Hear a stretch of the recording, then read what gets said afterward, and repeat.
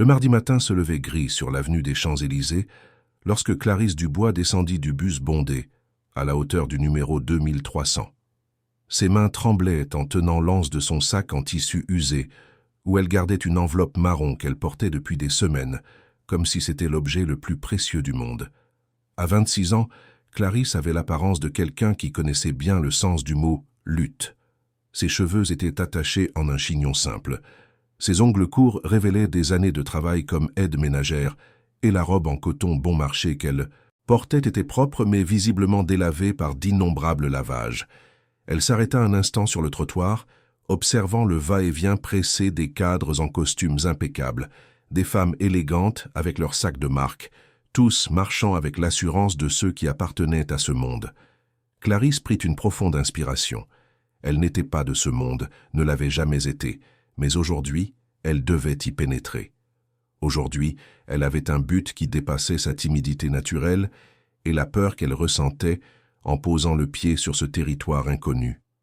La banque d'affaires de Paris se dressait, imposante, au milieu du pâté de maisons, sa façade de verre miroir reflétant les lourds nuages du ciel.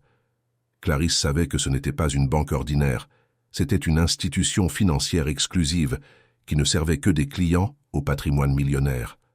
Jamais de sa vie, elle n'avait imaginé qu'un jour elle aurait une raison de franchir ses portes. Mais la vie, elle l'avait appris ces derniers mois, réservait des rebondissements impossibles à prévoir. En poussant la porte tournante en verre, elle sentit son cœur s'accélérer. Le hall principal était encore plus intimidant qu'elle ne l'avait imaginé. Le sol en marbre italien brillait sous la lumière. Des lustres en cristal qui pendèrent du haut plafond. Tout y respirait l'argent et le pouvoir. Il n'y avait qu'une demi-douzaine de personnes dans l'espace spacieux, toutes habillées comme si elles venaient de sortir d'un magazine de mode. Le silence était presque religieux, rompu seulement par le son discret de talons hauts sur le marbre et par le faible murmure de conversations téléphoniques.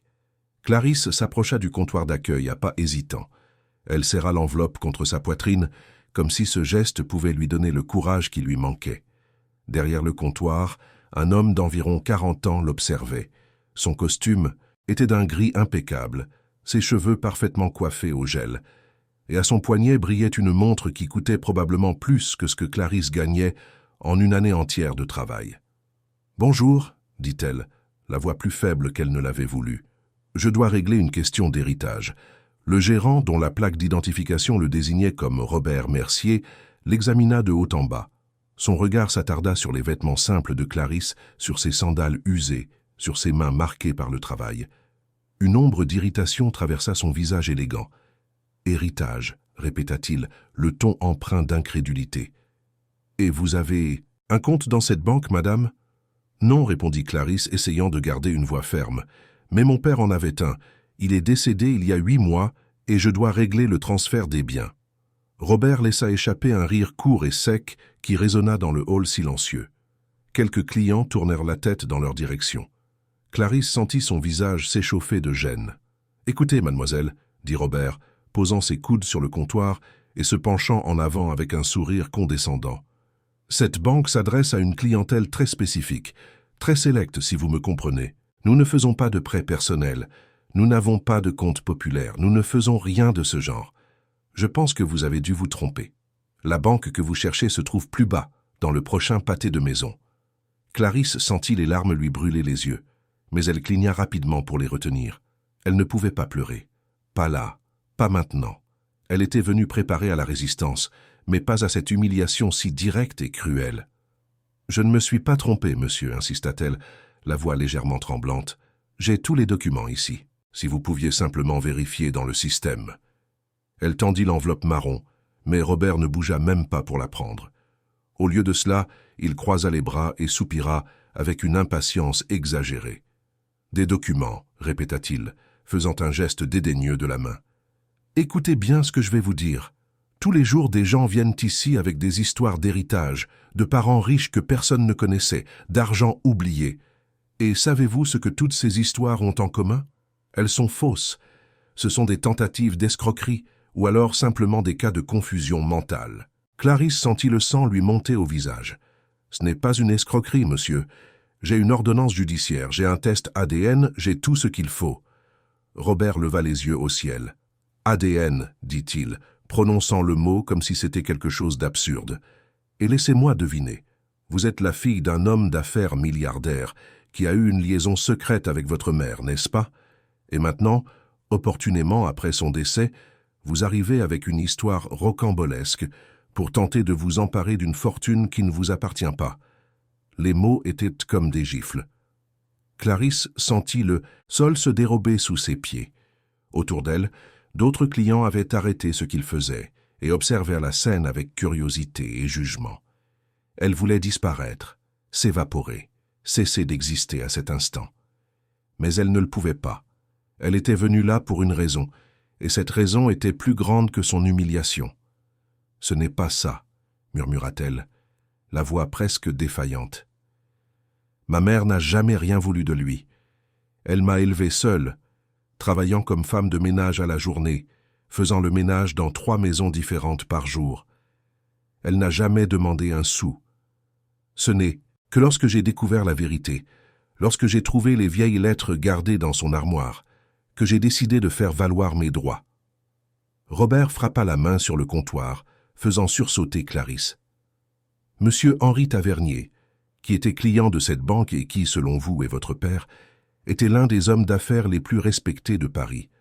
Pensez-vous vraiment qu'un homme de ce calibre laisserait une héritière vêtue de la sorte, sans même savoir utiliser les services de base d'une banque comme celle-ci » Chaque mot était une nouvelle couche de venin.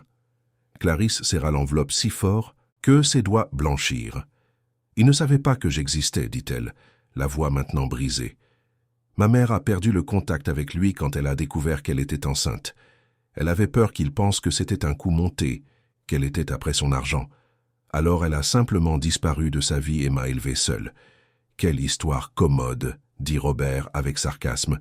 Et vous vous attendez à ce que j'y croie, que je me contente de taper un nom dans le système et de libérer l'accès à un compte millionnaire pour quelqu'un qui est apparu ici de nulle part? S'il vous plaît, implora Clarisse, les larmes coulant maintenant librement sur son visage. J'ai passé 6 mois à me battre en justice. J'ai vendu tout ce que j'avais pour payer l'avocat. J'ai fait un test ADN 3 fois parce que personne ne me croyait. Tout ce que je demande, c'est que vous vérifiez. C'est tout. Tapez le numéro d'identification fiscale dans le système et vous verrez qu'il y a une ordonnance judiciaire en attente d'exécution. Robert se leva de sa chaise et Clarisse réalisa qu'il était vraiment irrité maintenant. Sa voix monta en volume, s'assurant que tous, dans le hall, pouvaient l'entendre clairement. « Je ne vais rien taper, mademoiselle. Et savez-vous pourquoi? Parce que je sais reconnaître une fraude quand j'en vois une. Vous croyez être la première personne à venir ici avec une histoire pareille? Vous me prenez pour un idiot? Cette banque a des protocoles, elle a de la sécurité, elle a une réputation à préserver. Et je ne vais pas ternir cette réputation en permettant à n'importe qui d'entrer ici avec une enveloppe marron et une histoire larmoyante pour tenter de voler le patrimoine de nos clients décédés. Je ne suis pas n'importe qui, dit Clarisse, élevant elle aussi la voix, un mélange de désespoir et de colère s'emparant d'elle. Je suis Clarisse Dubois Tavernier, fille de Henri Tavernier et Maria Dubois, et j'ai un droit légal à ce que mon père a laissé. Il m'a reconnu avant de partir, tout est documenté. Robert fit un geste impatient de la main, comme s'il chassait une mouche. Vous me fatiguez, mademoiselle. Soit vous partez de bonne grâce maintenant, soit j'appelle la sécurité et vous partirez de force. Et je pourrais même alerter la police pour tentative d'escroquerie et trouble à l'ordre public. Choisissez. Clarisse regarda autour d'elle, désespérée. Tous la dévisageaient comme si elle était une criminelle, comme si elle était sale, indigne d'être là. Elle se sentit petite, insignifiante, comme si elle redevenait une enfant et que ses camarades d'école se moquaient d'elle parce qu'elle n'avait pas de père, parce qu'elle portait des vêtements donnés, parce qu'elle était différente. C'est alors que Robert fit un signe au vigile posté près de l'entrée. L'homme, grand et musclé dans son uniforme bleu marine, commença à marcher dans leur direction. Clarisse sentit la panique lui serrer la poitrine. Cela ne pouvait pas se terminer. Ainsi, pas après tout ce qu'elle avait traversé. « Monsieur, s'il vous plaît, dit-elle, la voix entrecoupée de sanglots, j'ai juste besoin que vous regardiez les documents. C'est tout. Je ne suis pas une escroc, je ne suis pas folle. Je veux juste ce qui m'appartient de droit. » Le vigile arriva au comptoir. « Mademoiselle, dit-il d'un ton ferme mais non hostile, je vais devoir vous demander de bien vouloir partir. Vous causez des désagréments aux autres clients. Clarisse regarda l'enveloppe dans ses mains. Tout y était. L'acte de naissance délivré après la reconnaissance posthume de paternité, le rapport du test, ADN, la décision de justice ordonnant le transfert des biens. 6 mois de bataille, d'humiliation, de dettes accumulées. Et maintenant, elle était expulsée comme une intruse. Elle ouvrit la bouche pour tenter une dernière fois, mais aucun son n'en sortit. À quoi bon? Personne ici n'allait la croire. Pour ces gens, elle n'était qu'une pauvre de plus essayant de profiter d'une situation, inventant des histoires pour obtenir de l'argent facile. Le vigile tendait déjà la main pour la guider vers la sortie lorsque la porte tournante commença à bouger. Un homme entra dans le hall d'un pas décidé. Il portait un costume bleu marine d'une coupe impeccable. Ses cheveux gris peignés en arrière révélaient ses environ 50 ans. Il portait une mallette en cuir et avait cette posture de celui qui est habitué à être écouté et respecté. Il s'arrêta à quelques mètres du comptoir, ses yeux intelligents évaluant rapidement la situation. Le vigile, la main sur le bras d'une jeune femme clairement angoissée, le gérant avec une expression d'irritation, les autres clients observant comme s'ils assistaient à un spectacle désagréable. « Quel est le problème ici ?» demanda l'homme, sa voix calme mais empreinte d'une autorité naturelle. Robert se tourna vers lui, le visage encore rouge d'irritation. « Aucun problème, maître Auguste. Nous réglons juste une situation désagréable. La demoiselle est déjà en train de partir. » Auguste Fournier, car tel était le nom du nouvel arrivant, fit quelques pas en avant. « Il ne m'a pas semblé qu'elle partait volontairement. Il m'a semblé qu'elle était forcée de partir. Et j'aimerais en connaître la raison. » Robert hésita. Cet homme était clairement quelqu'un d'important, quelqu'un que la banque ne pouvait pas se permettre de contrarier. Elle est venue ici avec une histoire absurde d'héritage, essayant d'obtenir l'accès à des fonds qui ne lui appartiennent manifestement pas. Nous suivons simplement les protocoles de sécurité. Auguste regarda Clarisse, qui tenait toujours l'enveloppe contre sa poitrine, les larmes mouillant son visage. « Et, mademoiselle, vous avez des documents pour prouver votre histoire ?» lui demanda-t-il directement. Clarisse hocha la tête, incapable de parler. Elle tendit l'enveloppe de main tremblante. Auguste la prit et commença à en examiner le contenu là, debout, au milieu du hall. Robert observait avec un malaise croissant, ne sachant pas exactement comment réagir. Le silence qui suivit fut dense. Auguste lisait chaque document avec une attention méticuleuse, tournant les pages lentement, ses yeux parcourant chaque ligne. Clarisse parvenait à peine à respirer. Elle ne savait pas qui était cet homme, mais il était sa dernière lueur d'espoir. Après ce qui sembla une éternité, Auguste leva les yeux des documents et fixa Robert avec une expression mêlant désapprobation et incrédulité. Ces documents semblent parfaitement légitimes. Il y a ici une ordonnance judiciaire claire ordonnant la libération des fonds. Il y a un test ADN certifié par un laboratoire agréé. Il y a une reconnaissance posthume de paternité avec toutes les signatures et les timbres nécessaires. Pourquoi exactement cette jeune femme est-elle traitée comme une criminelle? Robert déglutit. Eh bien, maître, c'est qu'elle est arrivée ici avec une histoire très étrange et vous avez décidé de la juger sur son apparence, compléta Auguste, sa voix cinglante. Vous avez décidé que, par le simple fait qu'elle ne portait pas de vêtements chers ou ne parlait pas avec le bon accent, elle ne pouvait pas être l'héritière d'un client de cette banque. Est-ce le nouveau protocole d'accueil que l'institution a adopté? Robert sentit la sueur perler sur son front. La voix d'Auguste Fournier résonnait dans le hall avec une autorité qui ne pouvait être ignorée. Tous les autres clients observèrent maintenant la scène avec un intérêt renouvelé, mais cette fois les regards de jugement n'étaient plus dirigés uniquement vers Clarisse. « Maître Auguste, » commença Robert, essayant de retrouver un peu de contenance, « vous devez comprendre que nous recevons de nombreuses tentatives de fraude chaque mois. C'est mon devoir de protéger les actifs de la banque et de nos clients. J'étais simplement prudent. »« Prudent, » répéta Auguste, le ton empreint d'ironie. Prudent aurait été de vérifier la documentation avant d'humilier publiquement quelqu'un qui a pleinement le droit d'être ici. Ce que vous avez fait est du pur et simple préjugé. Et en tant qu'avocat d'entreprise spécialisé en succession, je peux vous garantir que cela constitue une grave négligence dans l'exercice de vos fonctions. Clarisse observait tout, encore en état de choc. Une partie d'elle voulait crier de joie, étreindre cet homme inconnu qui avait surgi comme un ange vengeur. Une autre partie était toujours paralysée par l'ampleur de ce qui se passait.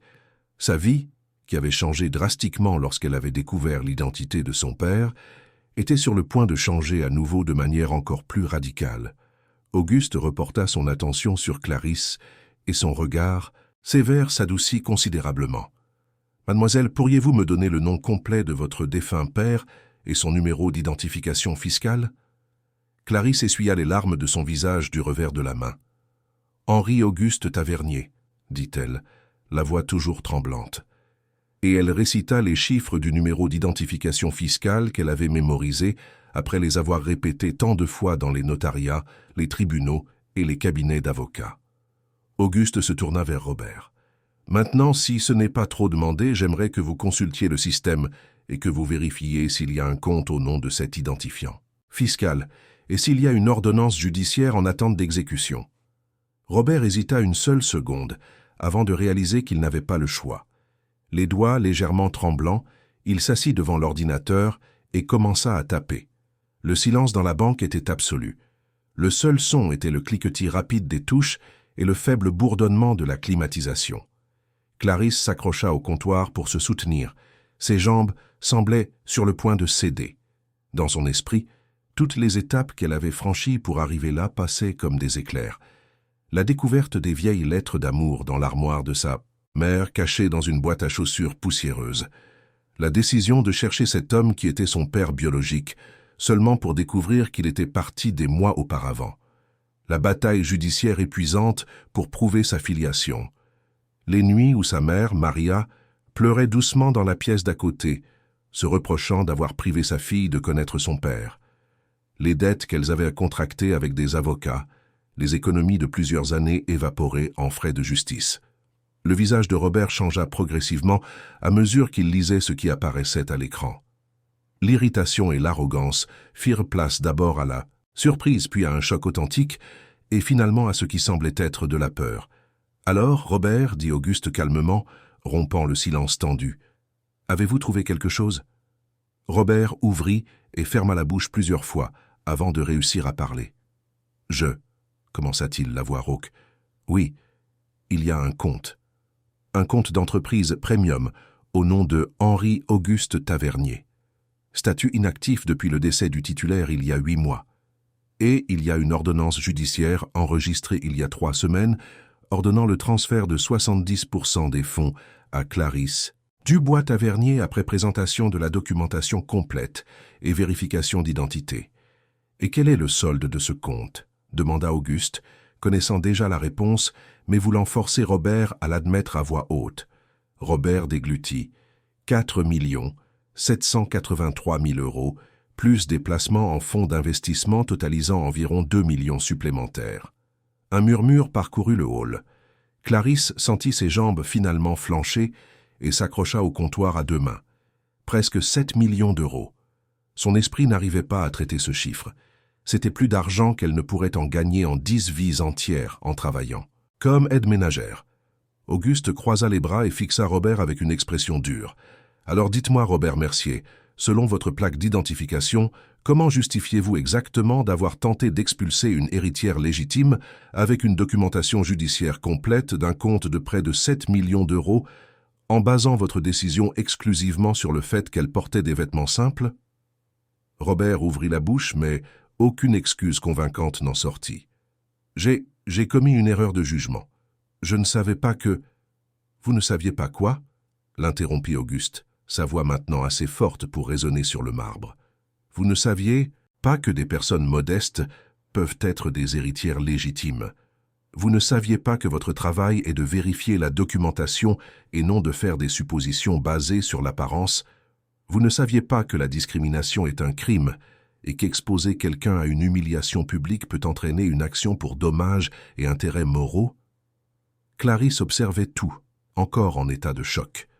Une partie d'elle voulait crier de joie, étreindre cet homme inconnu qui avait surgi comme un ange vengeur. Une autre partie était toujours paralysée par l'ampleur de ce qui se passait. Sa vie, qui avait changé drastiquement lorsqu'elle avait découvert l'identité de son père, était sur le point de changer à nouveau de manière encore plus radicale. « Maître Auguste, » tenta Robert de nouveau, la panique maintenant évidente dans sa voix. « Je vous demande pardon, sincèrement. Mademoiselle Clarisse, je regrette profondément ce malentendu. Si vous pouvez me pardonner, nous pouvons tout régler tout de suite, de manière rapide et professionnelle. » Un malentendu, Clarisse entendit sa propre voix dire, surprise par la fermeté qu'elle avait réussi à donner à ces mots. « Vous m'avez traité d'escroc. Vous m'avez accusé d'essayer de voler. Vous avez menacé de me livrer à la police. Vous avez tenu à m'humilier devant tout le monde. Et maintenant que vous avez découvert que je disais la vérité, vous voulez appeler ça un malentendu ?» Robert pâlit. « Mademoiselle, je faisais juste mon travail. J'essayais de protéger la banque. Votre travail, intervint Auguste, est de vérifier la documentation et de suivre les protocoles. Ce n'est pas de juger les gens par les vêtements qu'ils portent ou par la classe sociale à laquelle ils appartiennent. Et je suis certain que la direction régionale sera très intéressée de savoir comment vos employés traitent les clients légitimes. » En entendant la mention de la direction régionale, Robert pâlit encore plus. « S'il vous plaît, maître, dit-il, la voix maintenant suppliante. Il n'est pas nécessaire d'impliquer la direction régionale. Je vais régler cela maintenant. Je donnerai tout le soutien nécessaire à mademoiselle Clarisse. Je garantis que tout sera traité avec la plus haute priorité. » « Trop tard pour ça, » dit une voix féminine derrière eux. Tous se retournèrent. Une femme d'une 50aine d'années traversait le hall, venant de la zone administrative. Elle portait un tailleur pantalon couleur bordeaux, ses cheveux blonds étaient relevés en un chignon élégant, et ses yeux, marron, irradiaient un mélange d'autorité et d'irritation. Son badge l'identifiait comme Béatrice Nogueira, directrice régionale. « J'étais dans la salle de réunion, » dit-elle, s'arrêtant à côté d'Auguste et regardant directement Robert. « Les murs sont en verre, comme vous le savez très bien. J'ai vu et entendu tout ce qui s'est passé ici au cours des 15 dernières minutes, et je suis absolument dégoûté. » Robert sembla se recroqueviller. « Madame Béatrice, je peux expliquer. »« Expliquer quoi, Robert ?» dit-elle, sa voix coupante comme une lame. « Pouvez-vous expliquer pourquoi vous avez traité une cliente légitime comme si elle était une criminelle ? Pouvez-vous expliquer pourquoi vous n'avez pas suivi le protocole de base de vérification de documents avant de porter de graves accusations ? Pouvez-vous expliquer pourquoi vous avez jugé bon d'exposer cette jeune femme à l'humiliation publique ?» Béatrice se tourna vers Clarisse et son expression sévère s'adoucit. « Mademoiselle Clarisse, au nom de la Banque d'affaires de France, je vous présente mes excuses les plus sincères et les plus profondes pour le traitement absolument inacceptable que vous avez reçu aujourd'hui. Le comportement de M. Alvarez ne reflète pas les valeurs de cette institution et sera traité avec la plus grande sévérité. » Clarisse se contenta d'acquiescer, toujours incapable de traiter pleinement tout ce qui se passait. Les dernières heures avaient été une montagne russe émotionnelle qui l'avait laissé épuisé. Auguste se manifesta de nouveau. « Madame Béatrice, en tant qu'avocat de mademoiselle Clarisse, je voudrais demander formellement que les images des caméras de sécurité soient préservées. Elles seront nécessaires pour l'action en dommages et intérêts pour préjudice moral qui sera intentée contre la banque et contre M. Alvarez personnellement. »« Action en dommages et intérêts pour préjudice moral », répéta Robert, la panique maintenant totale sur son visage. Béatrice acquiesça à Auguste. « Les images seront immédiatement préservées. Et quant à M. Alvarez, il est suspendu de ses fonctions à partir de ce moment. Robert, vous vous retirerez dans la salle des ressources humaines et attendrez là. Le département juridique prendra contact pour les mesures appropriées. » Robert ouvrit la bouche pour protester, mais un regard de Béatrice le fit taire. Il se leva de sa chaise avec des mouvements raides, évitant de regarder Clarisse, et marcha vers l'arrière de la banque avec la posture d'un homme vaincu. « Mademoiselle Clarisse, » dit Béatrice, reportant son attention sur la jeune femme, « pouvez-vous m'accompagner jusqu'à mon bureau ? Je vais personnellement m'occuper de la libération des fonds et du transfert des actifs, et Maître Auguste, bien sûr, est invité à nous accompagner. » Clarisse regarda Auguste incertaine. Il lui adressa un sourire rassurant et un léger signe de tête. « Vous pouvez y aller sereinement, » dit-il gentiment. « Je serai à vos côtés à chaque étape. » Ils suivirent Béatrice à travers le hall, passant devant les clients qui les observaient maintenant avec un mélange de curiosité et d'embarras. Clarisse gardait les yeux fixés devant elle, essayant d'ignorer les regards. Ils entrèrent dans un couloir revêtu de bois noble qui menait à la zone administrative. Le bureau de Béatrice se trouvait au bout du couloir, une pièce spacieuse, avec vue sur l'avenue des Champs-Élysées à travers d'immenses baies vitrées. « Je vous en prie, asseyez-vous » dit Béatrice, indiquant 2 fauteuils confortables devant son bureau. « Puis-je vous offrir un café, de l'eau ou autre chose ?»« De l'eau, s'il vous plaît » réussit à dire Clarisse, la gorge sèche à force d'avoir pleuré. Béatrice servit de l'eau fraîche, dans des verres en cristal, puis s'assit derrière son bureau. « Avant de commencer les procédures formelles, dit-elle, regardant directement Clarisse, je voudrais vous dire quelque chose, personnellement. Ce qui s'est passé aujourd'hui est impardonnable. Aucune personne ne devrait être traitée de la manière dont vous l'avez été, indépendamment de votre situation financière ou de votre apparence. Cette banque existe depuis 40 ans et a toujours été fière de son excellence en matière de service. Monsieur Alvarez a violé non seulement nos protocoles, mais aussi les principes fondamentaux de la dignité humaine. » Elle marqua une pause, prenant un stylo sur son bureau et le faisant tourner entre ses doigts. « Je vais être honnête avec vous. Des cas comme celui-ci me mettent en colère car ils révèlent quelque chose que nous préférerions ne pas admettre, à savoir le préjugé systémique qui existe encore dans des institutions comme la nôtre. Des employés comme Robert sont formés pour identifier les fraudes, mais parfois cette formation se transforme en préjugés déguisés en prudence. » Auguste se pencha en avant. « Madame Béatrice, j'apprécie votre honnêteté, mais l'honnêteté ne suffit pas pour réparer le tort causé. Mademoiselle Clarisse a été exposée à l'humiliation publique. Elle a été accusée de crime. Elle a été traitée comme si elle était indigne d'être dans cet espace. Cela a de profondes conséquences émotionnelles. » Béatrice acquiesça. « Je suis entièrement d'accord. C'est pourquoi, en plus de procéder au transfert immédiat des fonds conformément à l'ordonnance judiciaire, la banque est prête à offrir une compensation significative pour les dommages moraux. Nous parlons d'un montant substantiel qui sera négocié directement avec le département juridique. Mais je peux vous assurer qu'il ne sera pas inférieur à 500 000 euros. » Clarisse s'étouffa avec l'eau qu'elle buvait. « 500 000 euros, répéta-t-elle incrédule. « C'est le minimum que nous considérons juste étant donné les circonstances, dit Béatrice. De plus, vous aurez un gestionnaire premium dédié exclusivement à vos besoins, tous les produits et services de la banque à votre disposition sans frais pendant les 5 prochaines années, et une consultation financière gratuite pour vous aider à gérer votre héritage de la meilleure façon possible. » Auguste observait tout avec satisfaction, mais Clarisse percevait qu'il y avait quelque chose de plus dans son regard, quelque chose qu'elle ne parvenait pas à déchiffrer. Une familiarité, peut-être, ou une connaissance qui allait au-delà de cette situation spécifique. « Madame Béatrice, » dit Auguste, « avant de poursuivre les formalités administratives, je voudrais avoir un moment seul avec ma cliente. Ce ne sont que quelques minutes. Des questions liées aux défunts qui doivent être traitées en privé. » Béatrice regarda l'un puis l'autre et acquiesça. « Bien sûr, vous pouvez utiliser la salle de réunion d'à côté. Je vais préparer toute la documentation nécessaire pendant ce temps. Mademoiselle Clarisse, quand vous reviendrez, nous aurons tout prêt pour votre signature. » Auguste se leva et fit un geste à Clarisse pour qu'elle l'accompagne. Ils sortirent du bureau de Béatrice et entrèrent dans la salle de réunion adjacente, un espace plus petit mais tout aussi élégant, avec une table ovale en acajou et des chaises rembourrées. Auguste ferma la porte derrière eux, et pour la première fois depuis qu'il était apparu, il sembla hésitant. « Clarisse » commença-t-il, et il y avait une douceur dans sa voix qui n'y était pas auparavant. « Il y a quelque chose que je dois vous dire, quelque chose qui va au-delà de cette situation à la banque. » Clarisse s'assit sur l'une des chaises, ressentant soudain une profonde fatigue. « Qui êtes-vous » demanda-t-elle directement. « Pourquoi m'aidez-vous? Comment saviez-vous pour mon père ?» Auguste tira une chaise et s'assit à côté d'elle, pas de l'autre côté de la table.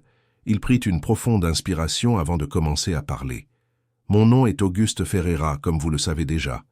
Mais ce que vous ne savez pas, c'est que je ne suis pas juste un avocat qui est apparu ici par hasard. » Le silence dans la salle de réunion était dense, chargé d'attente. Clarisse observait Auguste avec des yeux écarquillés, le cœur battant fort dans sa poitrine. Il y avait quelque chose dans son expression, un mélange d'émotions contenues et de détermination qui la rendait à la fois anxieuse et curieuse. « J'ai connu votre père, » dit enfin Auguste, les mots sortant lentement. comme si chacun portait un poids spécifique. J'ai connu Henri il y a plus de 30 ans. Nous étions camarades de faculté à la Sorbonne. Nous avons obtenu notre diplôme de droit ensemble. Mais plus que des collègues, nous étions amis, meilleurs amis. Clarisse sentit quelque chose se serrer dans sa poitrine. Pendant toute sa vie, son père avait été une figure abstraite, un nom dans de vieilles lettres, une ombre sans substance. Et maintenant, il y avait là quelqu'un qui l'avait vraiment connu, qui pourrait lui donner des détails, des histoires, des morceaux d'une personne qu'elle n'avait jamais eu la chance de connaître. « Vous connaissiez mon père ?» répéta-t-elle, la voix sortant dans un murmure. « Alors, vous saviez pour moi ?» Auguste secoua lentement la tête. « Pas toujours. Laissez-moi vous expliquer. Henri m'a souvent parlé de Marie, votre mère. Il est tombé amoureux d'elle quand il avait 25. 15, elle travaillait comme secrétaire dans l'un des cabinets où il faisait son stage. Henri venait d'une famille riche et traditionnelle, avec des attentes très spécifiques quant à la personne qu'il devait épouser. Mais il est tombé éperdument amoureux de Marie. » Il marqua une pause, les yeux lointains comme s'il revoyait des scènes du passé. Ils se sont fréquentés en secret pendant près de 2 ans. Henri savait que sa famille n'accepterait jamais cette relation. Non pas que Marie n'était pas une personne merveilleuse, mais parce qu'elle ne venait pas du même milieu social qu'eux. C'était une bataille qu'il n'était pas prêt à affronter à ce moment de sa vie. Clarisse serra les mains sur ses genoux. Elle ressentait de la colère et de la tristesse en même temps. De la colère envers la famille qui jugeait sa mère sans la connaître. De la tristesse pour l'amour qui avait été empêché de s'épanouir. Un jour, continua Auguste, Marie disparut tout simplement. Elle cessa d'aller au travail, changea d'adresse, changea de numéro de téléphone. Henri fut désespéré. Il me demanda de l'aide pour la retrouver, mais ce fut impossible. C'était comme si elle s'était évaporée. Il passa des mois à la chercher, mais finalement la famille le pressa de passer à autre chose. 1 an plus tard, sous la pression de ses parents, il épousa Marianne Costa, une femme issue d'une famille traditionnelle que sa mère avait choisie.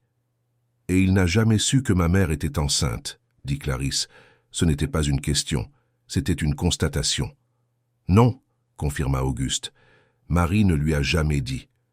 J'imagine qu'elle a pensé que ce serait un fardeau, une obligation. Ou peut-être avait-elle peur qu'il pense que c'était un piège pour obtenir son argent. Quelle qu'en soit la raison, elle a pris la décision de vous élever seule, et Henri n'a jamais su qu'il avait une fille. » Clarisse sentit les larmes revenir, mais cette fois ce n'étaient pas des larmes d'humiliation ou de peur.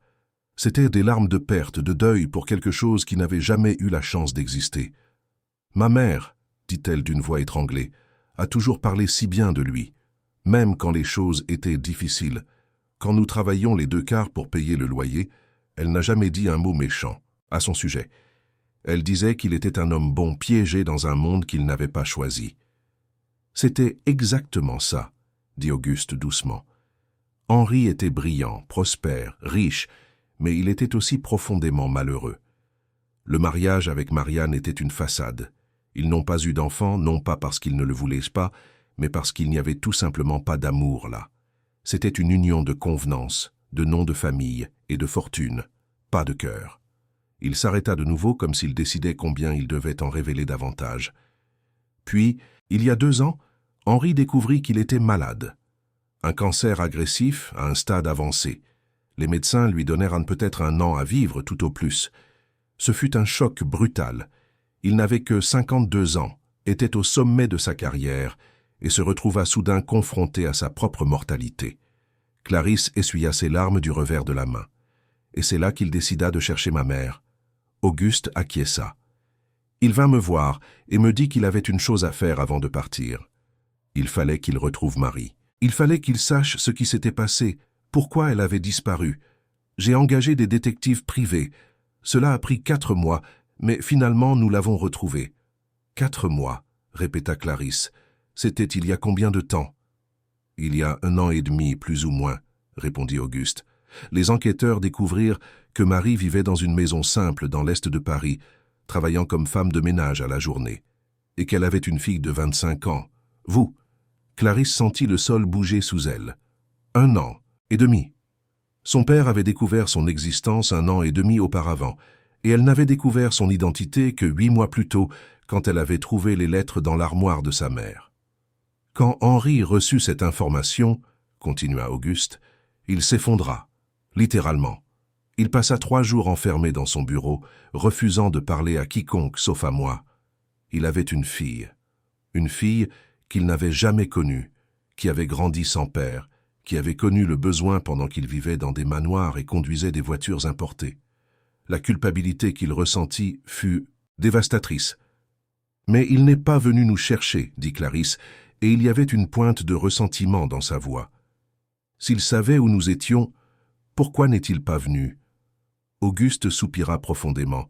« Parce qu'il avait peur que vous et votre mère le rejetiez, peur de causer plus de douleur que celle qu'il avait déjà causée par son absence, et aussi parce qu'il voulait faire les choses correctement.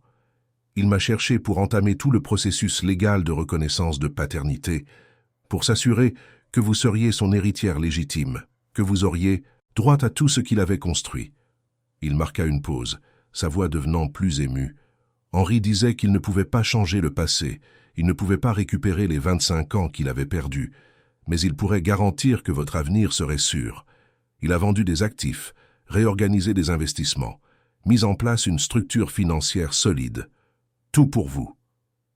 Clarisse sanglotait maintenant, les épaules tremblantes. Cet homme qu'elle n'avait jamais connu, ce père qui n'était qu'un nom dans de vieilles lettres, avait pensé à elle, s'était inquiété pour elle, avait essayé de corriger ses erreurs même quand le temps s'épuisait. Il prévoyait de venir personnellement, dit Auguste, sa propre voix maintenant étranglée. Il avait tout préparé. Il allait apparaître à la porte de votre maison un samedi matin, avec des fleurs et une lettre expliquant tout.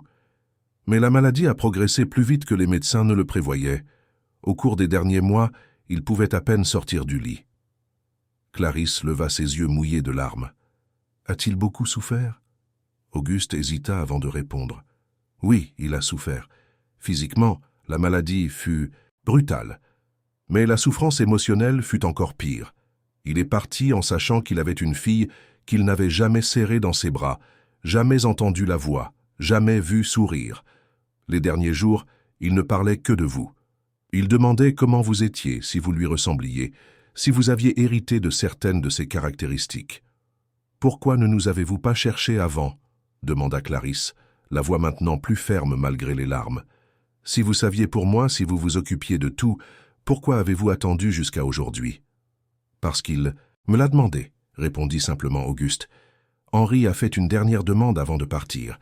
Il m'a fait promettre de vous laisser tracer votre propre chemin, que je n'interférerai pas dans le processus judiciaire que vous auriez à affronter pour prouver votre filiation. Il pensait que vous deviez le faire par vous-même, prouver votre force, votre détermination. Il ne voulait pas que vous pensiez que vous obteniez les choses simplement parce qu'il les avait facilitées. » Clarisse secoua la tête, incrédule. « Mais j'ai traversé 6 mois d'enfer. J'ai tout vendu ce que j'avais. Je me suis endetté. J'ai affronté les avocats de sa famille, qui ont essayé de prouver que j'étais une imposteur. Pourquoi pensait-il que je devais traverser cela ? » « Parce qu'il vous connaissait, » dit Auguste, surprenant Clarisse. Il avait des enquêteurs qui lui apportaient des rapports mensuels sur vous. Ce n'était pas une invasion de la vie privée dans le mauvais sens, c'était un père essayant de connaître sa fille de loin. Il savait que vous étiez forte, travailleuse, intègre. Il savait que vous aviez obtenu votre diplôme de comptabilité en étudiant le soir, tout en travaillant le jour. Il savait que vous preniez soin de votre mère avec dévotion. Et il pensait que vous méritiez la chance de prouver au monde et à vous-même que vous étiez capable de vous battre pour vos droits. C'était une logique tortueuse, pensa Clarisse, mais d'une certaine manière cela avait du sens. Son père, même malade et distant, avait essayé de lui donner quelque chose de plus précieux que l'argent. Il avait essayé de lui donner confiance en elle, la certitude qu'elle pourrait gagner des batailles difficiles. « Mais je ne vous ferai pas subir d'humiliation, » continua Auguste, sa voix devenant plus ferme. « Henri m'a demandé de ne pas interférer dans le processus judiciaire, et j'ai respecté cela. Mais il m'a aussi fait promettre que, quand tout serait réglé, quand vous viendriez enfin réclamer votre héritage, je serai là pour m'assurer que personne ne vous traite mal. Il m'a fait promettre que je vous protégerai. C'est pour ça que vous êtes apparu à la banque aujourd'hui, » dit Clarisse, la compréhension s'éclaircissant enfin dans ses yeux. Auguste acquiesça. « Je surveillais votre processus judiciaire. Je savais que l'ordre de libération des fonds avait été émis il y a 3 semaines. J'ai calculé que vous viendriez bientôt à la banque. Alors, ces derniers jours, je suis passé ici tous les matins en attendant. Quand je vous ai vu entrer aujourd'hui, je vous ai immédiatement reconnu d'après les photos qu'Henri me montrait. Et quand j'ai réalisé comment cet imbécile vous traitait, je n'ai pas pu rester silencieux. Clarisse ressentit une vague de gratitude si intense qu'elle faillit l'étouffer. Mais avec la gratitude venait aussi une sensation écrasante de perte. Perte pour le père qu'elle n'avait jamais connu, pour la relation qu'ils n'avaient jamais eue, pour les années qui leur avaient été volées à tous les deux. « Il a laissé quelque chose pour moi » demanda-t-elle. « En plus de l'argent? Une lettre, un message ?» Auguste sourit pour la première fois, et c'était un sourire doux, paternel. « Oui, il a laissé quelque chose, mais pas ici.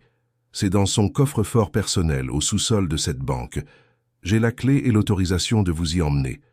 Mais d'abord, nous devons régler toute la paperasse avec Madame Béatrice, nous assurer que l'argent est transféré correctement, que tout est fait dans les règles de l'art. » Clarisse acquiesça, s'essuyant, le visage une fois de plus.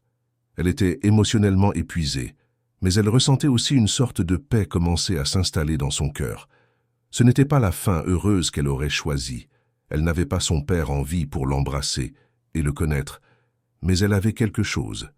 Elle avait des histoires, elle avait un de ses amis qui pourrait lui en raconter plus. Elle avait la certitude d'avoir été aimée même à distance. « Il y a encore une chose, » dit Auguste, redevenant sérieux. « La famille d'Henri, sa veuve Marianne et ses parents, ils n'ont pas bien accepté la reconnaissance de paternité. Ils ont essayé de contester, ont engagé les meilleurs avocats pour prouver que c'était une fraude. Ce fut une bataille difficile. »« Je sais, » dit amèrement Clarisse. « Leurs avocats m'ont fait répéter le test ADN 3 fois.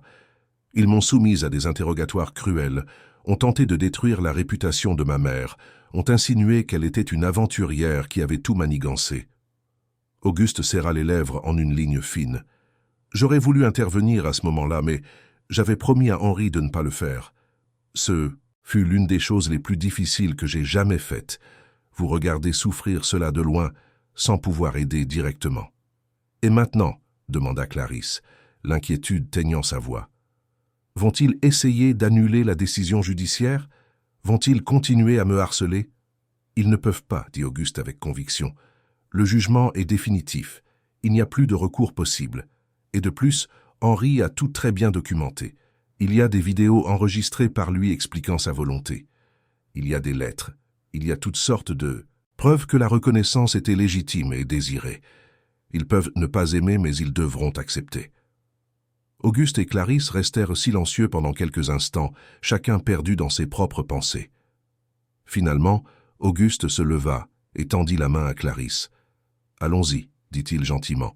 « Madame Béatrice doit nous attendre. Plus vite nous réglerons la partie bureaucratique, plus vite nous pourrons aller au coffre-fort. » Clarisse prit sa main et se leva. Elle se sentait étrangement légère malgré le poids émotionnel de la conversation qu'elle venait d'avoir. C'était comme si un nœud qu'elle ne savait même pas exister dans sa poitrine s'était enfin dénoué.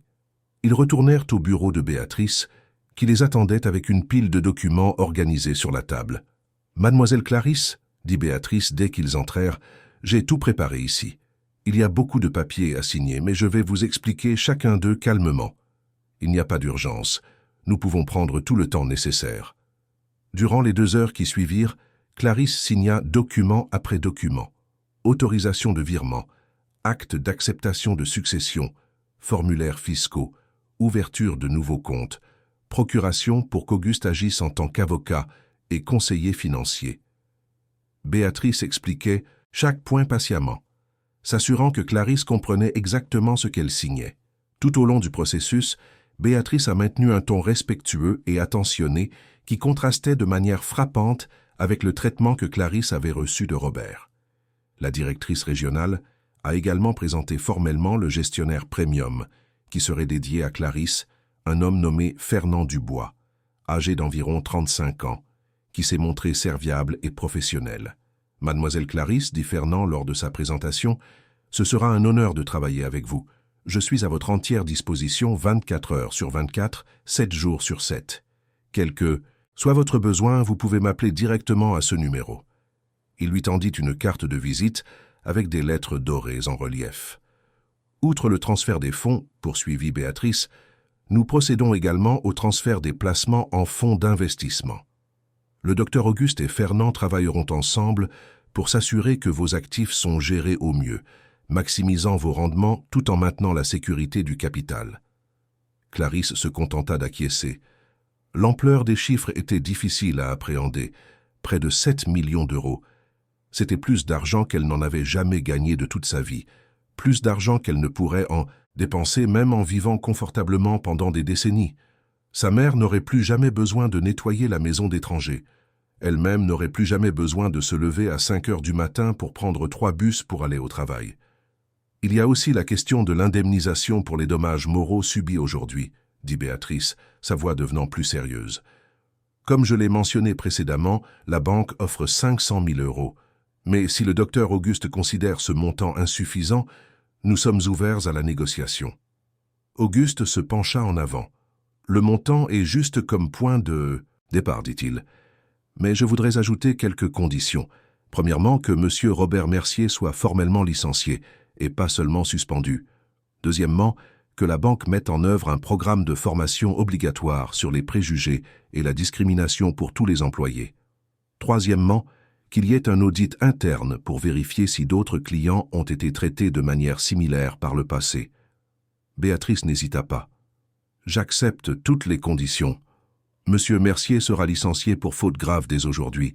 Le programme de formation sera mis en œuvre dans les 30 jours et l'audit commencera la semaine prochaine. Nous ferons appel à des consultants externes pour garantir l'impartialité. » Auguste regarda Clarisse. « Qu'en pensez-vous? Êtes-vous d'accord avec ces termes ?» Clarisse réfléchit un instant. Une partie d'elle voulait faire souffrir Robert davantage, voulait le poursuivre en justice individuellement, voulait le voir ruiné. Mais une autre partie, celle que sa mère avait élevée avec des valeurs de pardon et de compassion, reconnaissait que la vengeance n'apporterait pas la paix. « J'accepte, » dit-elle finalement. « Mais je veux qu'il sache pourquoi il est licencié. Je veux qu'il comprenne que ce n'est pas seulement pour avoir commis une erreur, mais parce qu'il a choisi de juger quelqu'un sur son apparence, parce qu'il a choisi la cruauté au lieu de l'humanité. » Béatrice acquiesça d'un signe de tête approbateur. « Je me chargerai personnellement de le lui communiquer, et vous avez tout à fait le droit d'être présente à cette conversation si vous le souhaitez. » Clarisse secoua la tête. « Non, je n'ai pas besoin de le revoir, j'ai juste besoin de savoir qu'il a compris la leçon. » Tous les documents étant signés et tous les termes convenus, Béatrice se leva et tendit la main à Clarisse. « Ce fut un honneur de vous rencontrer, mademoiselle Clarisse, même dans les circonstances regrettables qui vous ont amené ici aujourd'hui. J'espère qu'à l'avenir, votre expérience avec notre banque sera complètement différente. » Clarisse lui serra la main. « Merci d'avoir résolu la situation, » dit-elle sincèrement, « et d'avoir pris au sérieux ce qui s'est passé. » Après avoir pris congé de Béatrice et Fernand, Auguste raccompagna Clarisse au hall principal. L'affluence avait augmenté, il était presque midi, et la banque était plus bondée. Mais cette fois, en traversant l'espace de marbre, Clarisse marchait différemment. Non pas avec arrogance, mais avec dignité. Elle savait qui elle était, elle savait qu'elle avait autant le droit d'être là que n'importe qui d'autre. Ils prirent l'ascenseur jusqu'au sous-sol où se trouvaient les coffres privés. C'était une zone de sécurité maximale, avec des portes blindées et des gardes armés. Auguste montra ses accréditations et l'autorisation légale d'accéder au coffre d'Henri Dubois. Après plusieurs procédures de vérification, y compris la lecture d'empreintes digitales et la reconnaissance faciale, ils furent finalement conduits dans une petite pièce privée. Au centre de la pièce se trouvait une table simple et 2 chaises. Auguste posa sa mallette sur la table et en retira une vieille clé dorée aux détails ornés. « Cette clé, dit-il, ouvre le coffre particulier de votre père. Il me l'a remise personnellement 2 semaines avant de partir, en disant que, quand le moment serait venu, je saurais quoi faire. » Il utilisa la clé pour ouvrir un compartiment dans le mur. De l'intérieur, il retira une boîte en acajou poli, pas très grande, peut-être de la taille d'une boîte à chaussures. Il la posa sur la table avec un soin révérencieux. « Je vais vous laisser seul pour l'ouvrir, » dit Auguste doucement. « Ce sont des moments privés entre père et fille, même s'il n'est plus là. » Je serai dehors quand vous serez prête. » Clarisse regarda la boîte, le cœur battant. « Attendez, dit-elle alors qu'Auguste se tournait pour partir. Vous pouvez rester, s'il vous plaît, je ne veux pas être seule maintenant. » Auguste revint et s'assit à côté d'elle, pas en face. Avec des mains tremblantes, Clarisse ouvrit la boîte. L'intérieur était tapissé de velours rouge foncé. Il y avait plusieurs objets soigneusement arrangés. Le premier objet qui attira son attention fut un collier. Il était en or blanc, délicat, mais clairement ancien, avec un pendentif en forme de larme incrusté de petits diamants. « C'est magnifique, » murmura-t-elle. « C'était celui de votre grand-mère paternelle, » expliqua Auguste. « Henri m'a dit que c'était le bijou le plus précieux de la famille, transmis de génération en génération. Il voulait que vous l'ayez, que vous sachiez que vous faites partie de cette lignée, indépendamment de ce que la famille a pu dire ou faire. » Clarisse prit le collier avec délicatesse, sentant son poids dans ses mains. Elle n'avait jamais possédé quelque chose d'aussi précieux. Sous le collier se trouvait une enveloppe de papier épais, de couleur crème, avec son nom écrit à la main d'une calligraphie élégante, mais tremblante. « Clarisse Durand-Dubois. Ma fille. » Elle prit l'enveloppe, mais ses mains tremblaient, tellement qu'elle parvenait à peine à l'ouvrir. Auguste lui prit délicatement l'enveloppe, l'ouvrit avec soin et lui rendit les pages.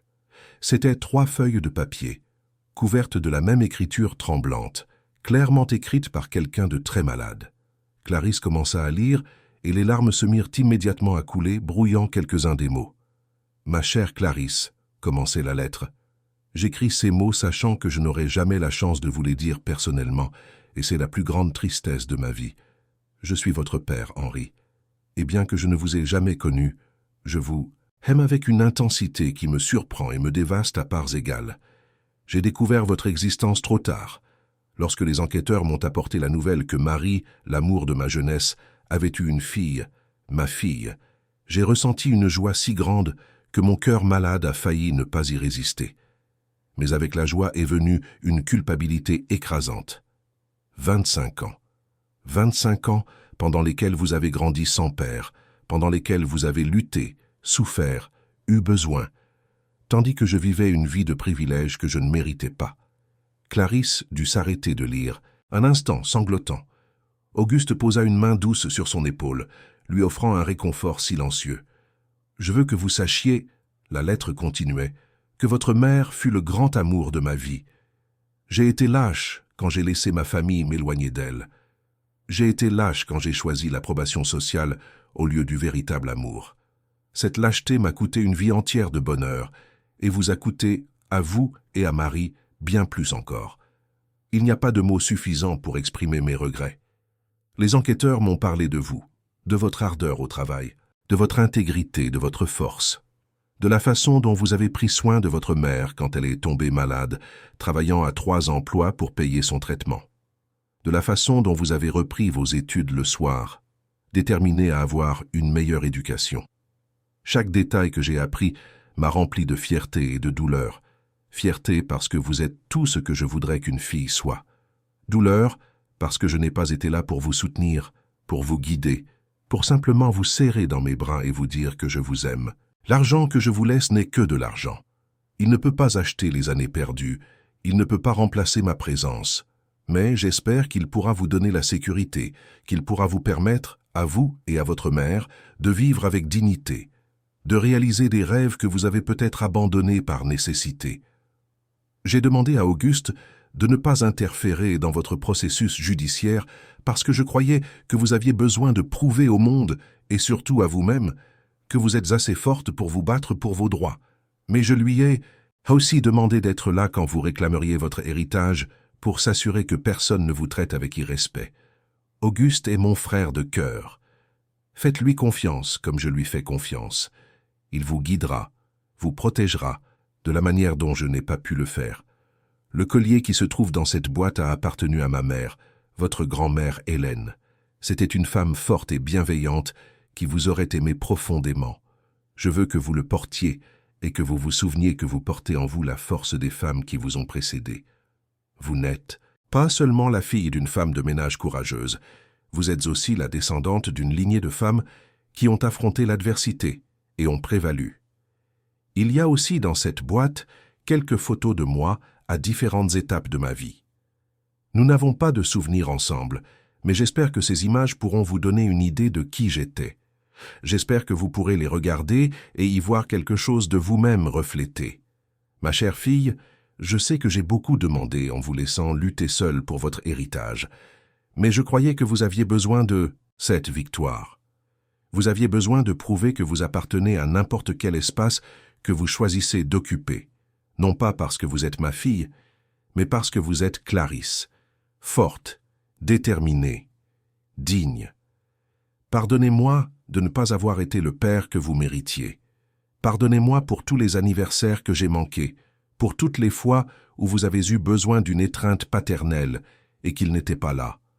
Pardonnez-moi d'avoir laissé la peur et la lâcheté m'éloigner du plus grand cadeau que la vie aurait pu me faire. Vivez bien, ma fille. Aimez profondément. Soyez toujours gentille, mais ne laissez jamais personne vous faire sentir insignifiante. Vous êtes la fille de Marie Durand, la femme la plus courageuse que j'ai connue. Et vous êtes la fille d'Henri Dubois, un homme imparfait qui vous a aimé de la seule façon qu'il connaissait.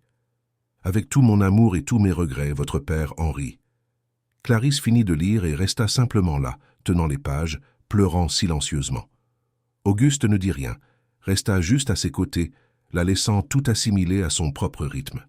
Après de longues minutes, Clarisse remit soigneusement la lettre dans l'enveloppe et regarda à nouveau à l'intérieur de la boîte. Il y avait un petit album photo. Elle l'ouvrit et vit son père pour la première fois.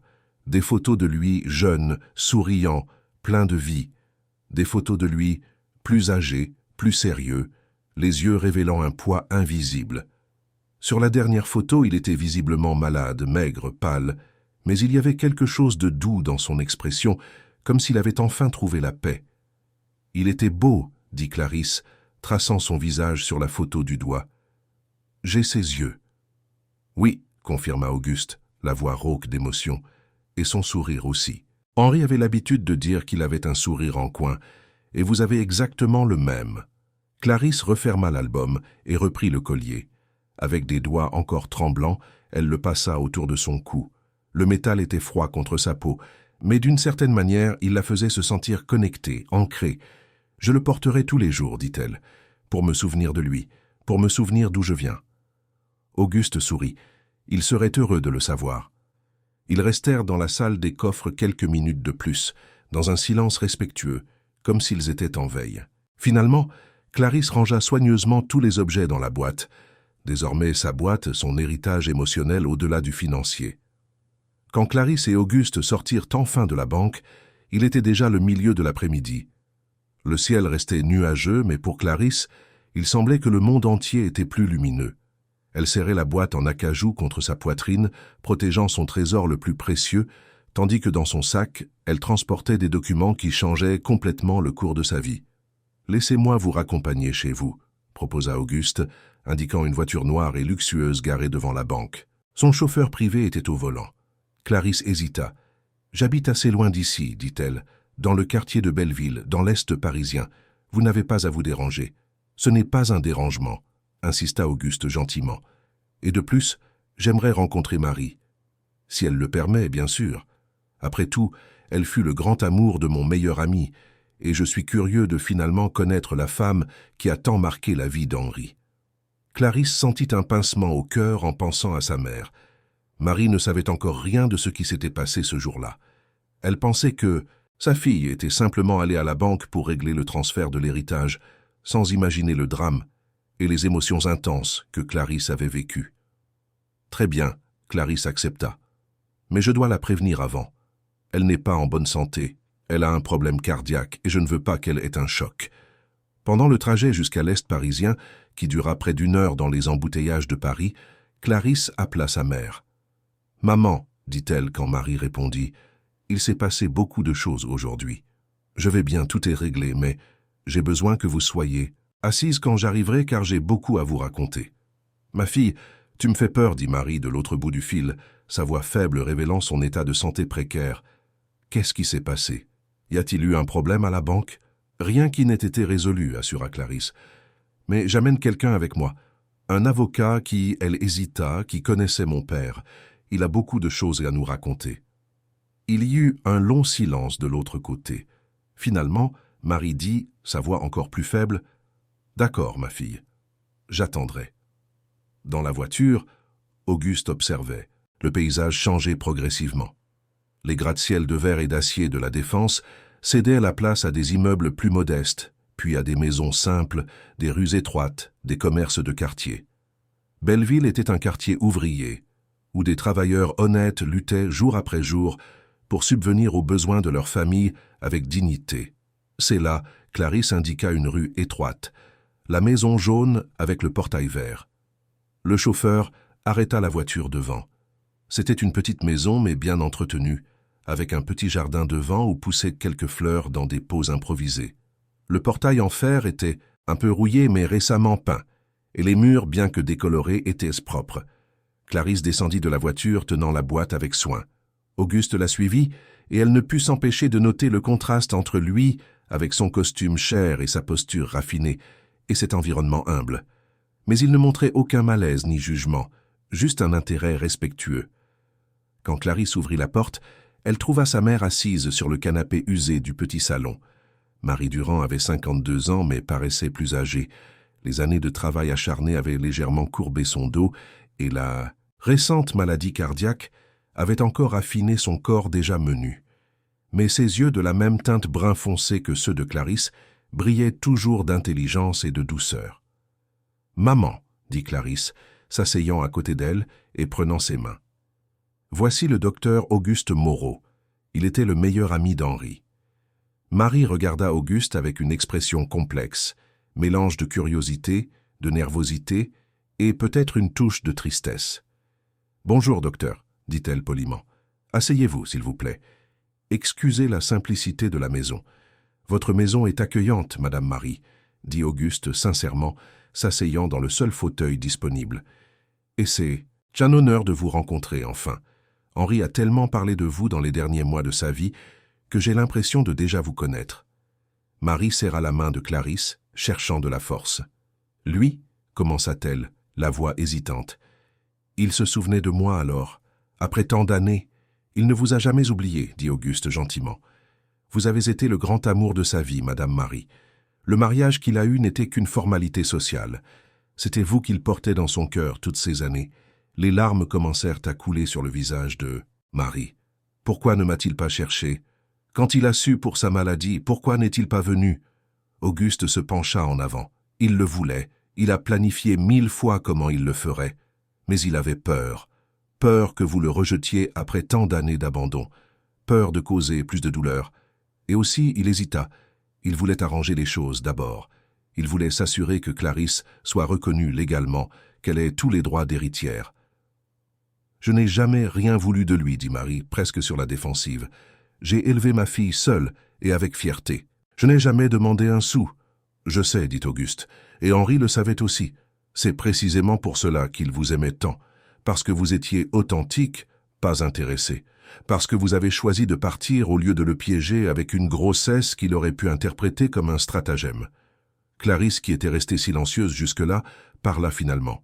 « Maman, il y a quelque chose que je dois te montrer. » Elle ouvrit la boîte en acajou et en retira soigneusement la lettre. Il a écrit ceci, pour moi. Mais je pense que vous devez aussi le lire. Avec des mains tremblantes, Marie prit les pages et commença à lire. Clarisse et Auguste restèrent de silencieux, observant les émotions traverser le visage de cette femme qui avait porté tant de poids seule pendant tant d'années. Quand Marie arriva à la partie où Henri parlait d'elle, de sa lâcheté, de la façon dont elle était le grand amour de sa vie, elle éclata en sanglots profonds. Clarisse l'étreignit, la laissant pleurer. C'étaient des larmes de douleur, oui, pour la vie qui aurait pu être et ne le fut pas, mais c'était aussi des larmes de validation, de savoir que l'amour qu'elle avait ressenti n'avait pas été unilatéral, qu'il avait aussi souffert, qu'elle avait signifié quelque chose pour lui. Quand Marie se calma finalement, elle regarda le collier que Clarisse portait. « Il est beau, dit-elle d'une voix rauque. C'était celui de sa mère, de la grand-mère de Clarisse, confirma Auguste. Henri voulait qu'elle sache qu'elle fait partie de la famille, qu'elle a une lignée, non seulement de votre côté, Madame Marie, mais aussi du sien. Marie acquiesça lentement, puis regarda Clarisse. « Et l'argent? As-tu réussi à tout régler à la banque ?»« C'était compliqué, » dit Clarisse, la colère revenant un peu, en se souvenant de Robert. « Un directeur m'a très mal traité. Il m'a accusé d'être une escroc, a voulu me chasser de la banque. C'était horrible, maman, mais le docteur Auguste est apparu et a tout résolu. » Elle raconta alors toute l'histoire, depuis l'humiliation initiale jusqu'à l'intervention d'Auguste, la découverte du solde millionnaire, le licenciement de Robert, la compensation offerte par la banque. Marie écoutait tout, les yeux écarquillés d'incrédulité. « Presque 7 millions d'euros, » répéta Marie quand Clarisse eut fini. « Mon Dieu, ma fille, c'est tellement d'argent. Que allons-nous faire avec tant d'argent ?» Clarisse sourit à travers ses larmes. « D'abord, vous allez arrêter de travailler immédiatement. Vous ferez votre traitement cardiaque avec les meilleurs médecins, dans un hôpital privé, sans file d'attente, sans attendre. Nous allons déménager d'ici pour une meilleure maison, ou peut-être un appartement dans un endroit plus tranquille. Et vous allez vous reposer, maman. Vous pourrez enfin vous reposer. » Marie hocha la tête, d'autres larmes coulant. « Je n'ai pas besoin d'une grande maison, ma fille. Celle-ci a toujours suffi. Mais maintenant, nous pouvons avoir plus, » insista Clarisse. « Non pas que cette maison ne soit pas bien, mais parce que nous le méritons. Vous avez travaillé toute votre vie, maman. Vous avez nettoyé les maisons des autres, pendant que la nôtre restait sans vos soins parce que vous étiez toujours épuisés. Vous méritez d'avoir un endroit beau et confortable, où vous pourrez enfin vivre, au lieu de seulement survivre. » Auguste observait l'échange entre la mère et la fille avec un doux sourire. « Henri avait raison à votre sujet, à toutes les deux, dit-il. Il a dit que Madame Marie avait élevé une fille extraordinaire, et maintenant, je vois qu'il avait complètement raison. Madame Marie, continua-t-il, devenant plus sérieux, j'ai besoin de vous parler de quelques questions pratiques. Clarisse est jeune et bien qu'elle soit intelligente et instruite, elle n'a jamais géré de si grandes sommes d'argent. Avec votre permission, j'aimerais agir en tant que son conseiller financier, l'aidant à prendre des décisions judicieuses concernant les investissements, les dépenses, la planification future. » Marie regarda Clarisse qui acquiesça. « Je lui fais confiance, maman, » dit Clarisse. « Il était le meilleur ami de mon père, et aujourd'hui, il a prouvé qu'il était de notre côté. »« Alors c'est décidé, » dit Marie. « Docteur Auguste, je vous remercie d'avoir pris soin de ma fille aujourd'hui et d'avoir apporté des nouvelles d'Henri. Aussi douloureux que cela puisse être, il est réconfortant de savoir qu'il ne nous a pas oubliés. » Auguste resta 1 heure de plus avec elle, expliquant en termes simples comment les investissements fonctionneraient, combien de revenus mensuels elle pouvait espérer, comment l'argent pourrait être géré de manière à durer des générations. Il parla de l'importance de ne pas faire de changements drastiques immédiats, de prendre le temps de s'adapter à la nouvelle réalité financière, de demander conseil avant de prendre de grandes décisions. « Il y a aussi la question de la famille d'Henri, » dit-il finalement, son ton devenant plus prudent. « La veuve, Marianne, et ses parents. Ils n'ont pas été, réceptifs à la reconnaissance de paternité de Clarisse. Ils ont essayé d'empêcher, dit Clarisse amèrement. Ils ont engagé des avocats coûteux pour prouver que j'étais une impostrice. Ils vont essayer d'entrer en contact, avertit Auguste. Maintenant que l'argent a été transféré, ils pourraient tenter d'autres approches. Ils pourraient proposer des accords pour que Clarisse renonce publiquement à l'héritage. Ils pourraient même tenter une approche plus, disons, personnelle. « Ce que vous dites, » demanda Marie, la préoccupation évidente dans sa voix, « c'est que ma fille est en danger ?»« Pas en danger physique, » clarifia rapidement Auguste. « Mais en danger d'être manipulée, pressurisée ou exposée publiquement. La famille Tavares est puissante et bien connectée. Il pourrait essayer d'utiliser les médias, il pourrait essayer de nuire à la réputation de Clarisse, il pourrait faire beaucoup de choses. »« Alors que faisons-nous » demanda Clarisse, sentant la peur lui serrer l'estomac. « Premièrement, ne parlez à personne de la famille sans ma présence, instruisit Auguste. Deuxièmement, si des journalistes vous abordent, ne donnez pas d'interview, ne faites pas de déclaration. Troisièmement, vivez vos vies avec dignité et discrétion. Ne faites pas étalage, ne faites pas de bruit. Montrez au monde que vous n'êtes pas des opportunistes, mais des héritières légitimes qui respectent la mémoire d'Henri. Nous pouvons le faire, dit Marie fermement. Nous avons toujours vécu avec dignité, même dans la pauvreté. L'argent ne changera pas notre caractère. Auguste sourit. C'est exactement pourquoi Henri a bien choisi quand il vous a aimé, Madame Marie. Et c'est pourquoi je suis sûr que Clarisse saura gérer son héritage avec sagesse. Quand Auguste prit finalement congé, il faisait déjà nuit. Il laissa plusieurs cartes de contact, des numéros d'urgence et la promesse de revenir dans quelques jours pour continuer à aider avec les aspects pratiques de la gestion financière. Après son départ, Clarisse et Marie restèrent assises sur le canapé, en silence, digérant tout ce qui s'était passé. « Ce fut le jour le plus long de ma vie », dit finalement Clarisse. « Le mien aussi », acquiesça Marie. Mais ce fut aussi le jour où de nombreuses vieilles blessures commencèrent à guérir. Clarisse retira le collier et le plaça dans les mains de sa mère. « Il vous aimait, maman. La lettre le dit très clairement. Et je suis désolé que vous n'ayez pas eu la chance d'être ensemble. » Marie caressa le collier de ses doigts délicats. « Moi aussi, je le ressens. Mais tu sais quoi, ma fille? Peut-être que les choses se sont passées comme elles devaient se passer. Si nous étions restés ensemble, je n'aurais jamais su s'il m'aimait pour moi-même ou par obligation. J'aurais toujours eu le doute s'il était resté seulement à cause de la grossesse. Ainsi, même avec toute la douleur, je sais que l'amour était réel. Et j'ai toi, qui es le meilleur de nous deux. » Elles s'étreignirent, et à ce moment-là, dans la maison simple qu'elles quitteraient bientôt, mais qui garderait à jamais leurs souvenirs les plus précieux, elles ressentirent une paix qu'elles n'avaient pas connue depuis longtemps. Ce n'était pas la fin parfaite d'un conte de fées, mais c'était réel, c'était le leur, et c'était le début de quelque chose de nouveau. 3 mois s'étaient écoulés depuis ce jour transformateur à la banque. L'automne était arrivé à Paris, apportant des températures plus douces et des cieux souvent nuageux, mais pour Clarisse et Marie, chaque jour semblait plus lumineux que le précédent. Elles avaient déménagé dans un appartement spacieux dans le quartier du Marais, un quartier de classe moyenne avec de bonnes infrastructures et un accès facile aux hôpitaux et au commerce. Ce n'était pas un hôtel particulier à Neuilly-sur-Seine, ce n'était pas une ostentation inutile, mais c'était confortable, sûr, et il y avait 3 chambres, ce qui signifiait que chacune avait son propre espace, en plus d'une chambre d'amis pour quand elle voulait recevoir des visites. Marie avait arrêté de travailler comme promis et suivait un accompagnement médical régulier. Les cardiologues privés avaient ajusté sa médication et elle répondait bien au traitement.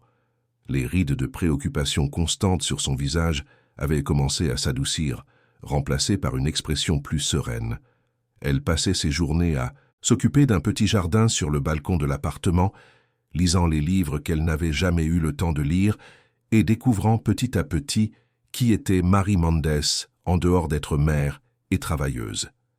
Clarisse avait également apporté des changements à sa vie, mais de manière progressive, comme Auguste l'avait conseillé. Elle avait continué à travailler pendant 1 mois de plus après avoir reçu l'héritage, voulant faire une transition digne et prévenir ses employeurs à l'avance. Quand elle est finalement partie, ce fut avec des lettres de recommandation et la gratitude sincère de personnes qui avaient appris à la respecter au fil des ans. Maintenant, elle était inscrite à un cours de master en gestion financière. Auguste avait suggéré qu'elle investisse dans l'éducation, qu'elle apprenne à gérer non seulement sa propre fortune, mais qu'elle se forme pour peut-être, à l'avenir, aider d'autres personnes dans des situations similaires. L'idée avait profondément résonné chez Clarisse. Elle ne voulait pas être seulement une héritière passive, mais quelqu'un qui faisait une différence. La banque avait tenu toutes ses promesses. Robert avait été licencié et, selon Fernand, le gestionnaire de clientèle premium de Clarisse, il avait de grandes difficultés à trouver un nouvel emploi, car l'histoire de la façon dont il avait traité une cliente avait circulé discrètement dans le milieu financier. Clarisse ne tirait aucun plaisir de sa souffrance, mais il y avait une certaine satisfaction à savoir que les actions avaient des conséquences. Le programme de formation sur les préjugés et la discrimination avait été mis en œuvre dans toutes les agences de la banque, et Béatrice, la directrice régionale, avait même demandé la permission à Clarisse d'utiliser son histoire sans révéler de nom, comme étude de cas lors de la formation.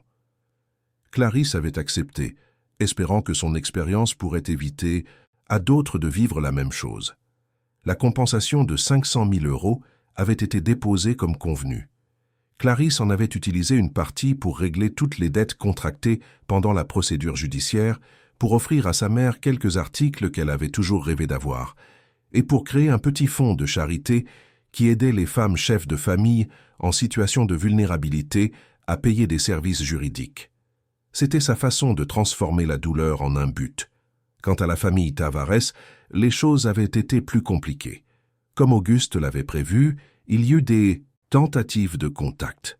D'abord vinrent les avocats avec des propositions d'accord, offrant des sommes moindres en échange du renoncement public de Clarisse à sa condition d'héritière et au nom de famille Tavares.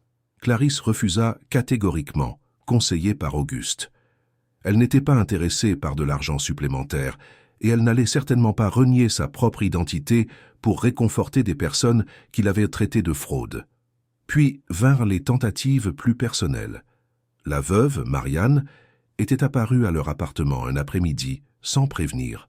C'était une femme élégante d'une 50aine d'années, aux cheveux blonds impeccablement coiffés, vêtue de vêtements de marque et exhalant un parfum cher.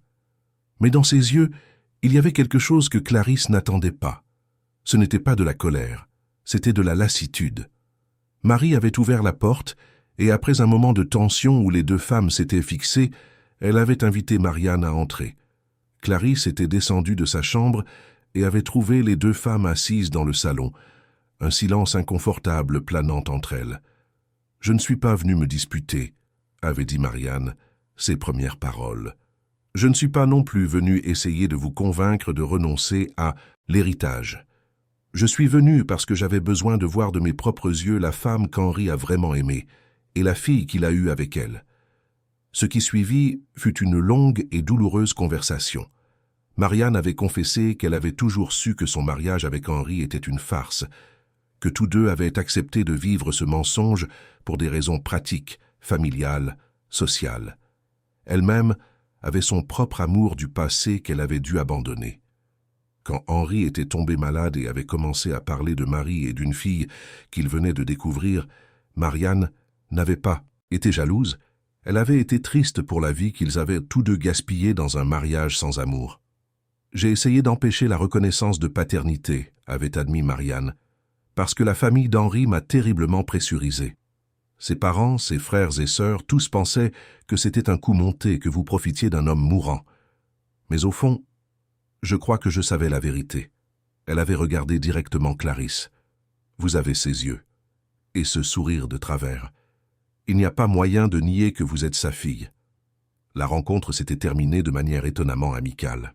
Marianne n'avait pas proposé d'amitié, n'avait pas essayé de s'insérer dans leur vie, mais avait établi une trêve. Elle avait promis qu'il n'y aurait plus de tentatives pour annuler la reconnaissance de paternité, plus de harcèlement légal ou de pression. En échange, elle avait seulement demandé que Clarisse soit discrète sur l'héritage, qu'elle ne donne pas d'interview exposant la famille, qu'elle permette au nom Tavares de conserver une certaine dignité. Clarisse avait accepté. Elle n'avait aucun intérêt pour l'exposition publique de toute façon. Sa vengeance, si l'on pouvait l'appeler ainsi, était simplement de bien vivre, de prouver qu'elle était digne, de l'héritage non pas par les vêtements qu'elle portait, ou le nom de famille qu'elle portait, mais par le caractère que sa mère lui avait enseigné. Les parents d'Henri n'avaient jamais pris contact, et Clarisse était parfaitement à l'aise avec cela. Elle ne ressentait pas le besoin d'être acceptée par des personnes qui l'avaient rejetée avant même de la connaître. Elle avait sa mère, elle avait Auguste qui était devenu une figure presque paternelle dans sa vie, et elle avait quelques vrais amis qui étaient restés à ses côtés, même quand elles avaient découvert son héritage. Auguste leur rendait visite régulièrement, apportant toujours des conseils financiers, mais aussi de plus en plus venant simplement dîner, discuter, pour partager des histoires sur Henri, qui aidait Clarisse à connaître le père qu'elle n'avait jamais eu. Il racontait les bêtises qu'il faisait à l'université, sur les rêves qu'Henri avait quand il était jeune, sur comment il était drôle et intelligent et, oui, aussi lâche par certains aspects, mais fondamentalement bon. Cet après-midi d'automne spécifique, 3 mois après le jour à la banque, Clarisse était assise sur le balcon de l'appartement, étudiant pour un examen de son master. Marie était à côté d'elle, tricotant une écharpe, quelque chose qu'elle avait commencé à faire récemment comme hobby. Le collier en or blanc, celui qui avait appartenu à sa grand-mère Hélène, brillait contre la blouse simple que Clarisse portait. Elle le portait tous les jours, comme elle l'avait promis, un rappel constant de ses racines, à la fois humble et noble. Le téléphone de Clarisse sonna. C'était Fernand, son gestionnaire de clientèle premium de la banque. « Bon après-midi, mademoiselle Clarisse », dit-il avec sa courtoisie habituelle. « J'appelle pour confirmer que les revenus de ce mois ont été déposés comme prévu, et aussi pour vous informer d'une opportunité d'investissement qui pourrait vous intéresser. » Ils parlèrent pendant quelques minutes de chiffres, de pourcentages, de projections. Clarisse posait des questions intelligentes, fruit de ses études de master et des heures de conseil avec Auguste. Elle n'était plus la jeune femme effrayée et perdue qui était entrée à la banque 3 mois auparavant. Elle devenait une femme qui comprenait la finance, qui prenait des décisions éclairées, qui grandissait en confiance jour après jour.